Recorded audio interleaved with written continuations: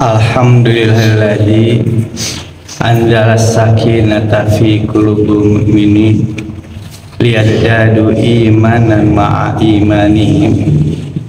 Asyhadu an la ilaha illallah wahdahu la syarikalah wa asyhadu anna Muhammadan abduhu wa rasuluhu alladzi la nabiyya ba'dah. Allahumma sholli wa sallim ala Muhammadin wa ala alihi wa ashabihi ajmain. Ya ayyuhadirun usikum wa nafsi bittaqwallah faqad faza muttaqun. Qaulullah ta'ala fil Qur'anil Karim, a'udzu billahi minasyaitonir rajim.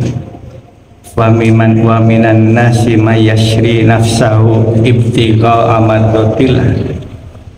Allahu raufum bil ibad.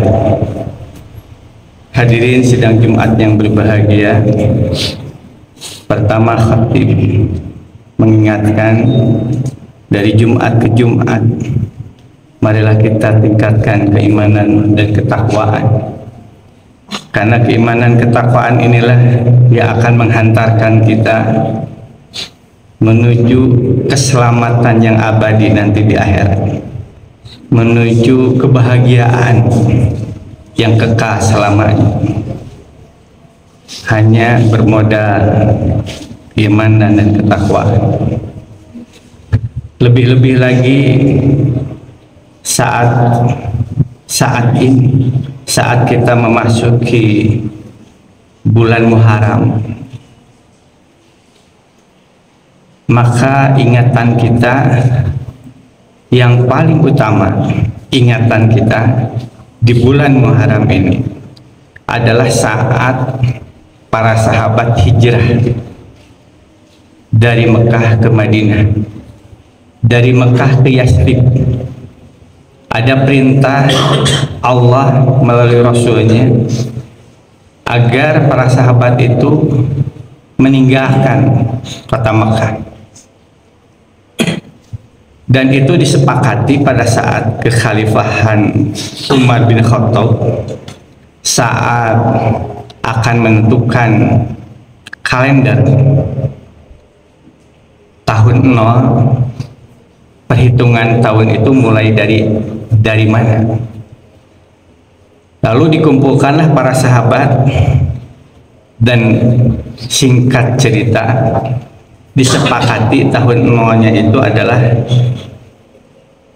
tahun ketika para sahabat hijrah dari Mekah ke Madinah. Jadi sepakat para sahabat itu merupakan peristiwa yang besar, peristiwa yang menentukan. Pelajaran apa yang kita peroleh ketika mereka hijrah dari Mekah ke Yasrib atau ke Madinah? Yang namanya hijrah itu bukan kondisi yang mudah. Kenapa? Karena hijrahnya itu meninggalkan hartanya, meninggalkan kebun-kebunnya, meninggalkan ternak-ternaknya, semua kekayaan yang dimiliki itu ditinggal. Jadi artinya hijrah itu bukan sesuatu yang mudah, karena penuh dengan pengorbanan, meninggalkan harta kekayaannya. Ia pergi meninggalkan kota Mekah, mereka pergi meninggalkan kota Mekah dengan apa yang ada, dengan apa yang bisa dibawa. Dan dikisahkan ada seorang yang namanya Suhaib Ar-Rumi. Suhaib Ar-Rumi itu bukan orang Mekah. Suhaib Ar-Rumi itu datang ke Mekah untuk mengadu nasib, dan ternyata di Mekah itu Suhaib Ar-Rumi menjadi orang yang kaya, termasuk jajaran orang kaya di Mekah. Dan qadarullah, Suhaib Ar-Rumi ini masuk Islam pada saat ada perintah untuk meninggalkan kota Mekah. Tentu Suhaib Ar-Rumi juga sama seperti sahabat yang lain, siap-siap. Maka berangkatlah Suhaib Ar-Rumi meninggalkan apa yang dimilikinya. Namun ternyata di tengah perjalanan dihadang oleh orang Quraisy. Maka pada saat itu Suhaib Ar-Rumi mengeluarkan anak-anak panahnya. Jadi Suhaib Ar-Rumi ini di samping kaya juga dikenal dengan ahli panah. Jadi kalau Suhaib Ar-Rumi memanah itu tidak meleset, tidak pernah meleset, dan itu dipahami oleh seluruh orang yang ada di Mekah. Jadi tahu Suhaib Ar-Rumi itu ahli panah. Jadi begitu dikeluarkan anak-anak panah, Suhaib Ar-Rumi bicara, saya akan menghabiskan anak panah ini, dan kalau anak panah ini habis, saya akan gunakan pedang ini untuk melawan kalian sampai saya mati. Nah, lalu Suhaib Ar-Rumi memberikan tawaran kepada mereka yang menghadang. Kalian tahu saya memiliki banyak harta di Mekah.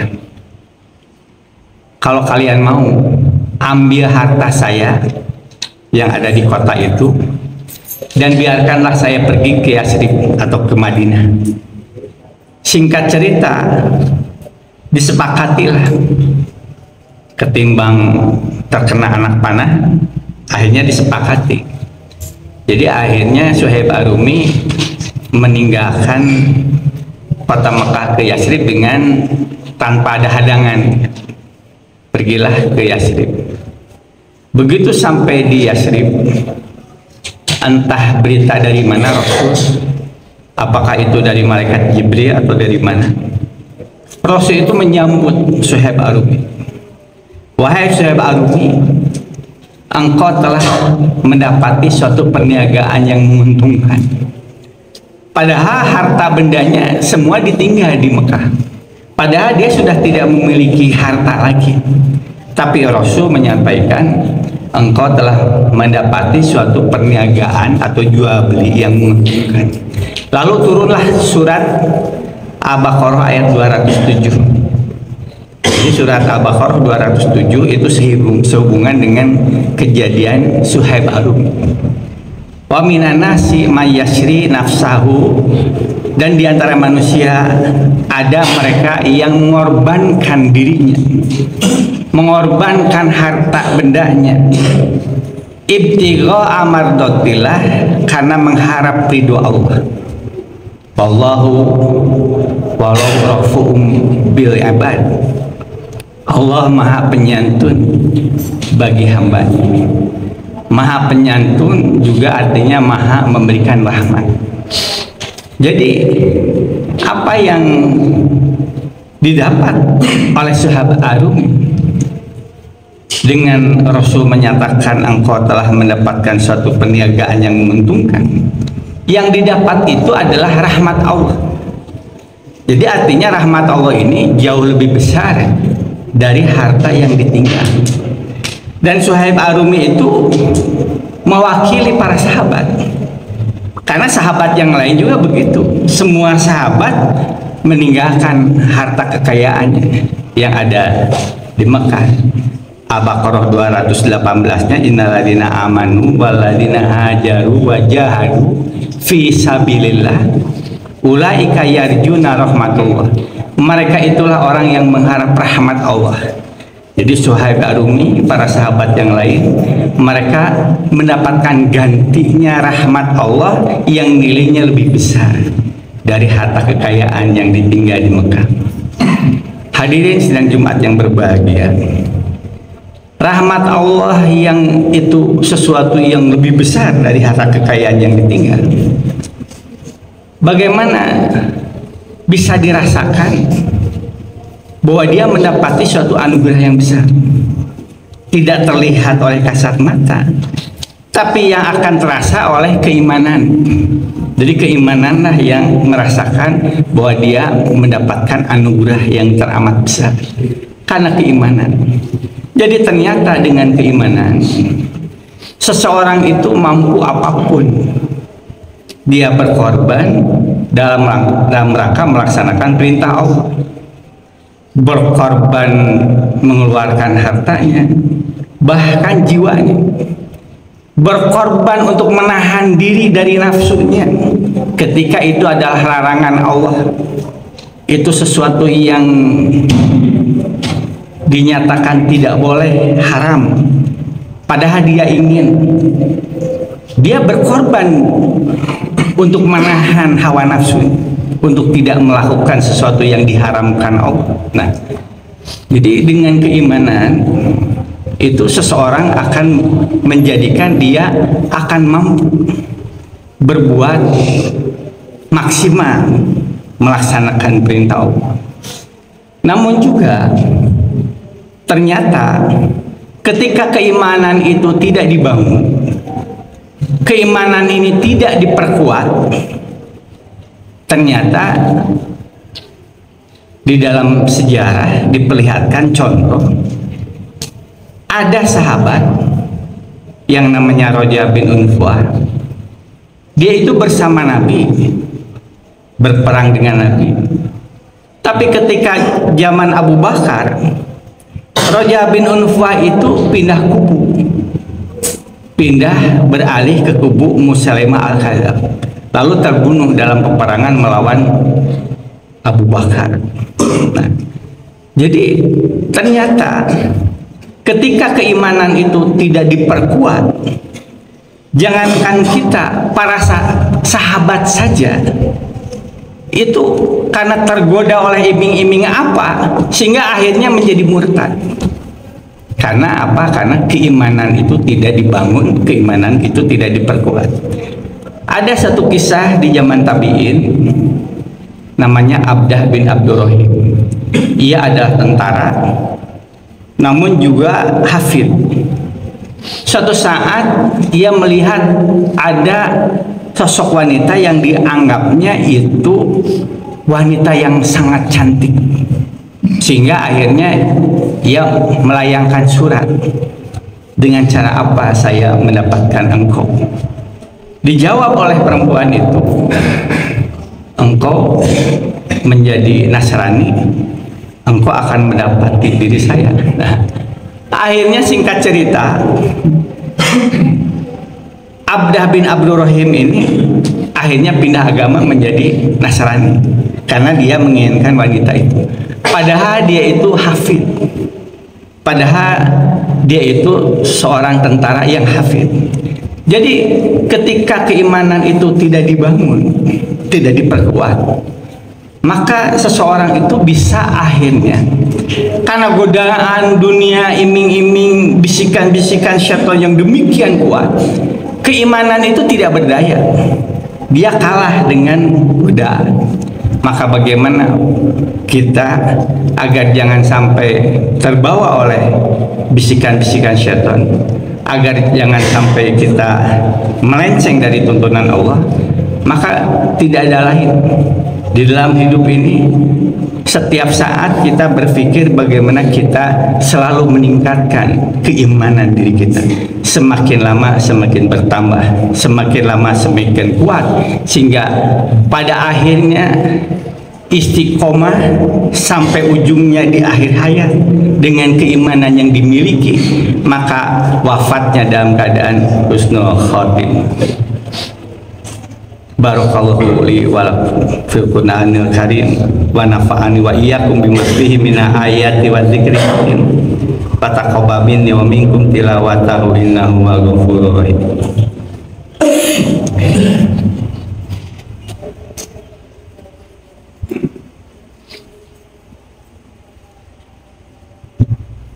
Alhamdulillahilladzi arsala rasulahu bil huda wa dinil haqq liyudhhirahu 'ala dini kulli wa kafa billahi syahida.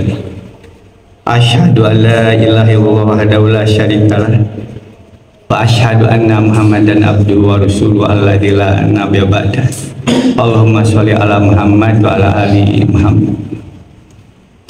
Hadirin sidang Jumat yang berbahagia, dari sejarah kita mendapati karena dorongan keimanan seperti apa yang dikisahkan oleh Nabi Ibrahim, Siti Hajar, Ismail, dalam rangka memenuhi perintah Allah siap berkorban hingga nyawa sekalipun. sahabat dalam rangka memenuhi perintah Allah siap meninggalkan harta bendanya, kekayaannya karena dorongan keimanan. Tapi ketika keimanan tidak dibangun, tidak diperkuat, maka walaupun dia dekat dengan Nabi, bisikan godaan demikian kuat pada dirinya sehingga akhirnya ia menyimpang, ia mengikuti bisikan itu. Nah, bagaimana upaya kita agar kita semakin bertambah keimanan? Di dalam surat Al-Anfal ayat 2, innama mu'minuna idza dzukirallahu wajilat qulubuhum. Sesungguhnya orang yang beriman itu apabila disebut nama Allah bergetar hati mereka. Wa idza tuliyat alaihim ayatuhu, dan ketika dibacakan ayat-ayatnya zadatsum imana, bertambah keimanan. Wa ala rabbihim yatawakkalun, dan kepada Rabb mereka bertawakal. Alladzina yuqimunas shalah, mereka itu adalah orang yang mendirikan sholat. Wa mimma razaqnahum yunfikun, dan terhadap apa yang kami rizikan mereka infakkan. Ulaika humul mu'minuna haqqan, mereka itu adalah orang yang beriman yang sebenar-benarnya. Lahum darajatun 'inda rabbihim, bagi mereka derajat di sisi Rabb mereka. Wa magfiratun, dan ampunan. Wa rizqun karim, dan rezeki yang mulia yang tidak lain adalah surga. Jadi dari ayat itu ternyata keimanan itu bisa dibangun, diperkuat apabila kita sering mengucapkan asma Allah yang menggetarkan hati, yang masuk ke dalam hati. Kita ucapkan Allahu Akbar, Allahu Akbar, Allahu Akbar. Ucapan takbir ini masuk ke dalam hati. Kita ucapkan tasbih subhanallah, subhanallah, subhanallah. Ucapan tasbih ini masuk ke dalam hati. Nah, ketika ucapan takbir masuk ke dalam hati, lalu terasa oleh hati betapa kecilnya diri ini, dan dia merasa kebergantungan kepada Allah semakin kuat, lalu timbullah tidak ada lain bahwa untuk mengangkat dirinya, derajat dirinya di hadapan Allah, kecuali dia siap mengakbarkan Allah dalam arti kata melaksanakan perintahnya. Itulah cara yang dia akan diangkat derajatnya oleh Allah. Ketika ia ucapan takbir adalah kesiapan diri, siap ya Allah untuk melaksanakan perintah Engkau. Apapun ya Allah, Allahu Akbar, Allahu Akbar. Saat ia ucapan tasbih subhanallah, subhanallah, ia ingin dalam keadaan suci. Ia jangan sampai ada dosa dalam diri, dalam perilakunya, karena dosa itu akan mengurangi nilai-nilai kesucian. Ucapan tasbih yang dibaca subhanallah, subhanallah, subhanallah, semakin ia memperkuat hatinya, ia ingin berada pada nilai-nilai kesucian Allah. Nah, inilah ketika ucapan asma Allah yang masuk ke dalam hati, ini yang akan meningkatkan keimanan. Ketika kita sholat, kita ucapan takbir, kita ucapan iftitah, al-fatihah, semua ucapan-ucapan yang masuk ke dalam hati, ucapan-ucapan itu akan semakin menguatkan keimanan. Tapi kalau ucapan-ucapan yang diucapkan walaupun banyak, tapi tidak masuk ke dalam hati, maka tidak akan menambah keimanan pada diri kita. Jadi mudah-mudahan dari apa yang disampaikan kita kembali sadar apa yang harus dilakukan dalam kehidupan kita sehari-hari, dalam zikir-zikir kita, dalam sholat yang kita jalani. Semuanya Allah telah berikan kesempatan. Inilah cara untuk kita tingkatkan keimanan. Kalau semua bacaan-bacaan itu masuk ke dalam hati. Mari kita tutup khutbah Jumat ini dengan kita sama-sama berdoa kepada Allah. Allahumma sholli wa sallim ala Muhammadin wa alihi wa ashabi ajmain. Ya Allah ya Rabbana ya Karim, siang hari ini ya Allah kami berkumpul di rumah-Mu ya Allah, yang semoga ini menjadi keberkahan untuk kami ya Allah. Kami sadar ya Allah bahwa kehidupan di dunia ini hanya sementara. Kami sadar ya Allah kami akan kembali kepada Engkau. Kami sadar ya Allah kami akan mempertanggungjawabkan amal perbuatan kami semasa di dunia ini ya Allah. Untuk itu ya Allah, bimbinglah kami, tuntunlah kami ya Allah, sehingga jelas kami langkah kami jalan yang benar, jalan siratal mustaqim, jalan yang akan memastikan kami mendapatkan keselamatan dan kebahagiaan nanti di akhirat. Ya Allah ya Rabbana, innana aman faghfir lana dzunubana wa qina adzabannar. Jadikanlah kami ya Allah tetap beriman kepada Engkau ya Allah. Semakin lama bertambah keimanan kami ya Allah, sehingga pada ujungnya saat ajal tiba dengan membawa keimanan, sehingga kami dalam keadaan yang husnul khotimah. Ya Allah, ampunilah dosa kami ya Allah, karena dosa akan menjadi sesuatu yang menyesarakan menderita kami ya Allah di akhirat. Faghfir lana dzunubana wa qina adzabannar. Lindungilah kami dari siksaan api neraka. Rabbana hab lana min azwajina wa dzurriyyatina qurrata a'yun waj'alna lil muttaqina imama. Rabbana atina fid dunya hasanah wa fil akhirati hasanah wa qina adzabannar. Ibadallah, innallaha ya'muru bil adli wa ihsan wa ita'idzil qurba wa yanha 'anil fahsya'i wa munkari wa baghi ya'idzukum la'allakum tadhakkarun wadhkurullaha 'azima yadhkurkum wad'uhu yastajib lakum wa la dzikrullahi akbar.